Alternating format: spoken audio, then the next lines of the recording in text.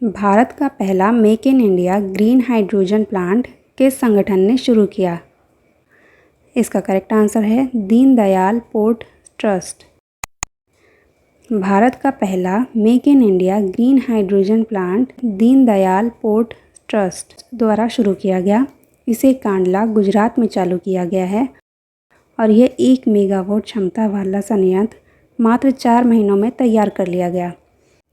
इस प्लांट का उद्घाटन केंद्रीय पोत परिवहन मंत्री सर्बानंद सोनोवाल द्वारा किया गया। यह देश की पहली ग्रीन हाइड्रोजन परियोजना है जो किसी भारतीय बंदरगाह पर शुरू हुई है। इस संयंत्र में उपयोग किया गया इलेक्ट्रोट्राइज पूर्णतः स्वदेशी है और यह योजना मेक इन इंडिया और हरित ऊर्जा को बढ़ावा देने की दिशा में एक महत्वपूर्ण पहल है। शुरुआत में यह प्लांट 11 बसों और स्ट्रीट लाइटों को ऊर्जा देगा। भविष्य में इसका उपयोग वाहनों, टग बोट्स और जहाज़ों के संचालन में किया जाएगा। इस परियोजना का संचालन तेज़ी से विस्तार किया जाएगा ताकि चालू वित्त वर्ष में 5 मेगावाट और अगले साल तक कुल 10 मेगावाट तक संचालन शुरू कर दिया जाए। यह संयंत्र सालाना लगभग 140 मीट्रिक टन ग्रीन हाइड्रोजन उत्पन्न करने में सक्षम होगा। यह परियोजना भारत की समुद्री डीकार्बोनाइज्ड रणनीति और नवीकरणीय ऊर्जा के प्रति प्रतिबद्धता को दर्शाती है। वर्ष 2025-26 के लिए भारत की जीडीपी वृद्धि दर को 6.3% आंकने वाली अंतर्राष्ट्रीय रेटिंग एजेंसी का नाम क्या है? इसका करेक्ट आंसर है फिच रेटिंग्स। वर्ष 2025-26 के लिए भारत की जीडीपी दर को 6.3% आंकने वाली अंतर्राष्ट्रीय एजेंसी फिच रेटिंग्स है।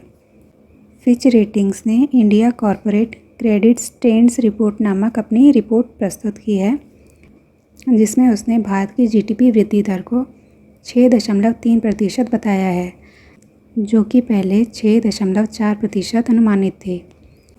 फिच रेटिंग्स के अनुसार भारत का मजबूत अवसंरचना निवेश विकास का एक प्रमुख इंजन होगा। यह निवेश इन प्रमुख उद्योगों की मांग को समर्थन देगा, जिनमें शामिल है सीमेंट, ऊर्जा, पेट्रोलियम उत्पाद, निर्माण और भवन निर्माण सामग्री। इस रिपोर्ट के अनुसार वैश्विक व्यापार की अनिश्चितता और टैरिफ संबंधी जोखिम विकास पर दबाव डाल सकते हैं। भारी पूंजीगत खर्च के बावजूद भारतीय कंपनियों की क्रेडिट स्थिति में सुधार की संभावना है क्योंकि एबिटा मार्जिन स्थिर है। इसके अलावा इस रिपोर्ट में भारत पर अमेरिका द्वारा लगाए गए 25% टैरिफ पर फिच ने चिंता जताई है। वहीं भारत रूस व्यापार पर संभावित दंडात्मक कार्रवाइयों का भी उल्लेख किया है।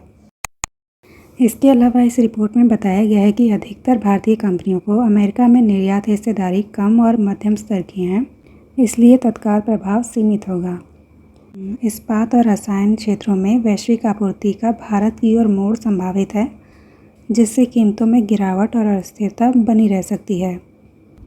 आईटी सेवाएं, ऑटो पार्ट्स और दवा उद्योग जैसे निर्यात आधारित क्षेत्र टैरिफ से प्रभावित हो सकते हैं और टेलीकॉम, रेल और गैस, यूटिलिटी और निर्माण जैसे क्षेत्र अपेक्षाकृत स्थिर माने जा रहे हैं क्योंकि ये घरेलू मांग पर आधारित हैं। व्यापार वार्ताओं का परिणाम भारत की निर्यात रणनीति और बाहरी क्षेत्र में मजबूती को प्रभावित कर सकते हैं। अन्नदाता सुखी भव योजना किस वर्ग को लाभ पहुंचाने के लिए शुरू की गई है? इसका करेक्ट आंसर है किसान। आंध्र प्रदेश सरकार ने अन्नदाता सुखी भव योजना किसानों को लाभ पहुंचाने के लिए शुरू किया है। परिवहन मंत्री और चित्तूर प्रभारी मंत्री मंडीपल्ली राम प्रसाद रेड्डी द्वारा इसका शुभारंभ किया गया। इस परियोजना का उद्देश्य होगा खरीफ मौसम में किसानों को प्रत्यक्ष वित्तीय सहायता देना।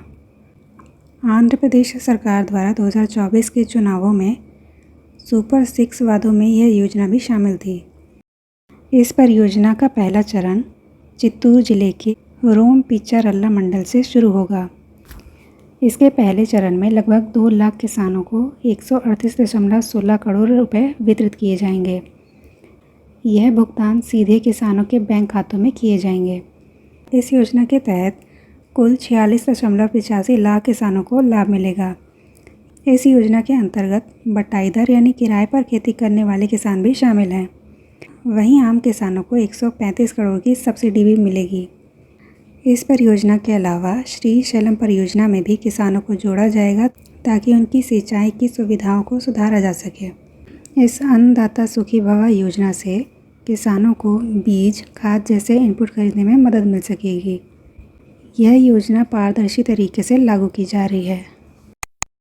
अन्नदाता सुखी भव योजना वितरण।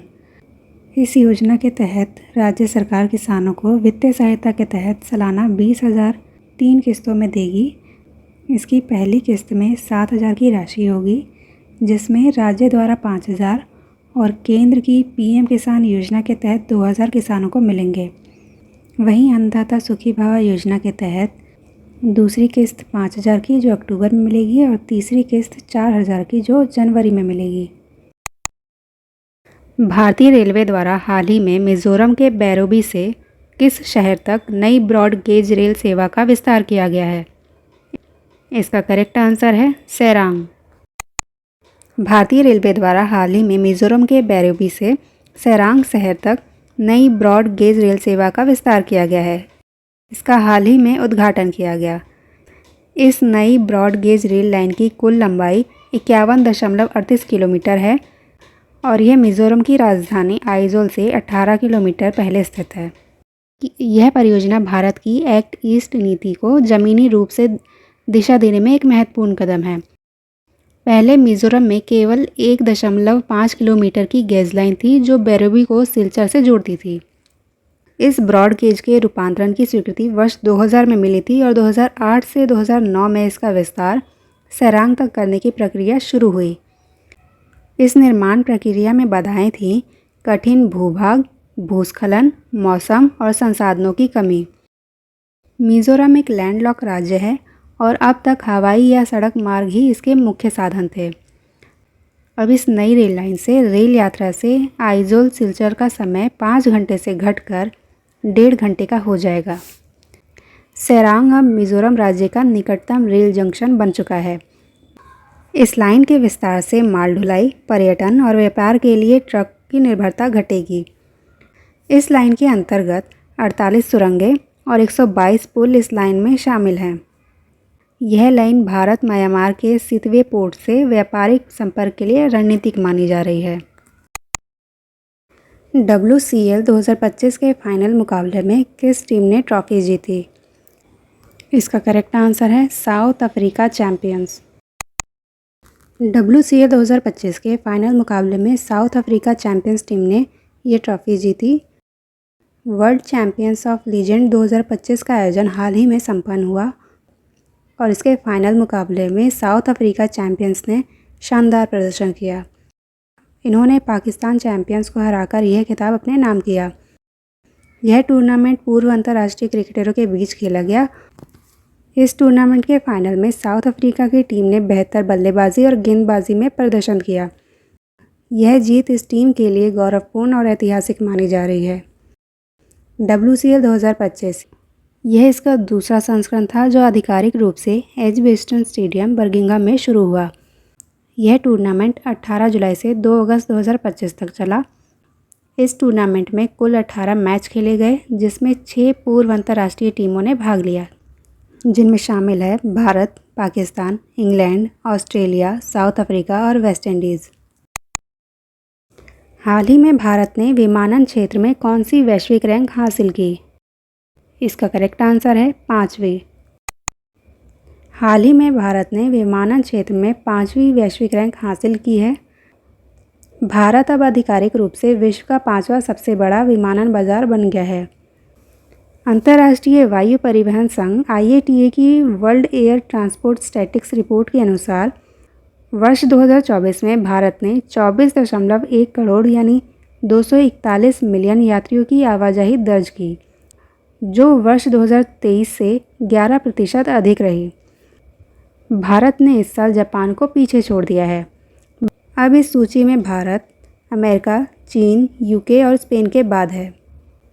इसके अलावा भारत की विमानन उपलब्धियों में एक और महत्वपूर्ण उपलब्धि जुड़ गई है, जिसमें मुंबई का छत्रपति शिवाजी महाराज अंतर्राष्ट्रीय हवाई अड्डे को ट्रैवल और लेजर पत्रिका द्वारा विश्व के शीर्ष 10 हवाई अड्डों में शामिल किया गया है।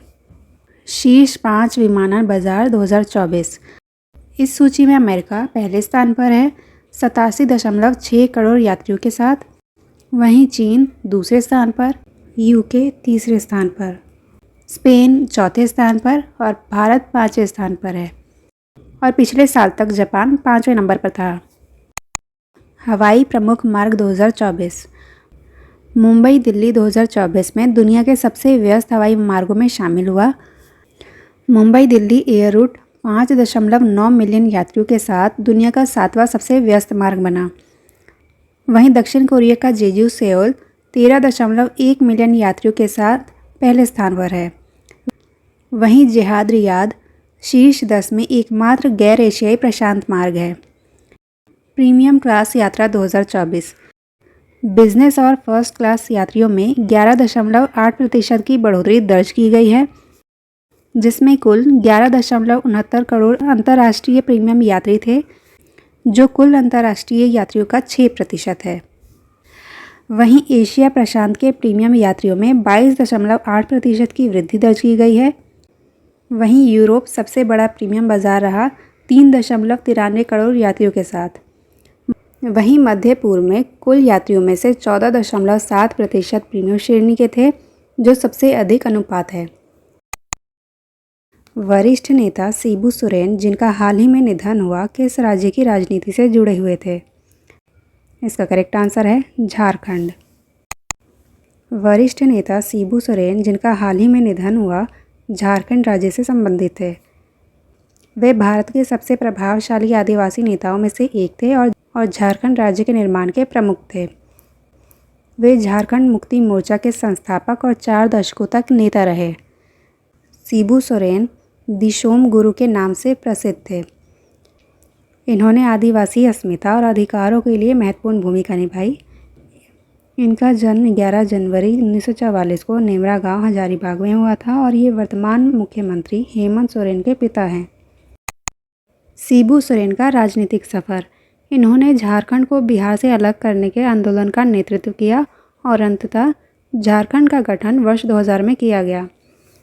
शिबू सोरेन 3 बार के झारखंड के मुख्यमंत्री रहे। इन्होंने 2 मार्च 2005 को पहली बार झारखंड के मुख्यमंत्री के रूप में शपथ ली थी और यह मौका इन्हें झारखंड मुक्ति मोर्चा, कांग्रेस और राजद के गठबंधन के बाद मिला। वहीं दूसरी बार 27 अगस्त 2008 को ये दूसरी बार मुख्यमंत्री बने और इस बार झारखंड मुक्ति मोर्चा और बीजेपी के गठबंधन ने इन्हें सत्ता दिलाई। और इसके बाद वे तीसरी बार 30 दिसंबर 2009 को मुख्यमंत्री बने और इस बार भी झारखंड मुक्ति मोर्चा और बीजेपी के गठबंधन ने इन्हें फिर से सत्ता दिलाई। लेकिन मई 2010 में यह गठबंधन टूट गया जब सोरेन ने लोकसभा में यूपीए सरकार के समर्थन में वोट दिया, जबकि बीजेपी भी इसका हिस्सा थी। इसके अलावा शिबू सोरेन राज्यसभा के सांसद भी रह चुके हैं।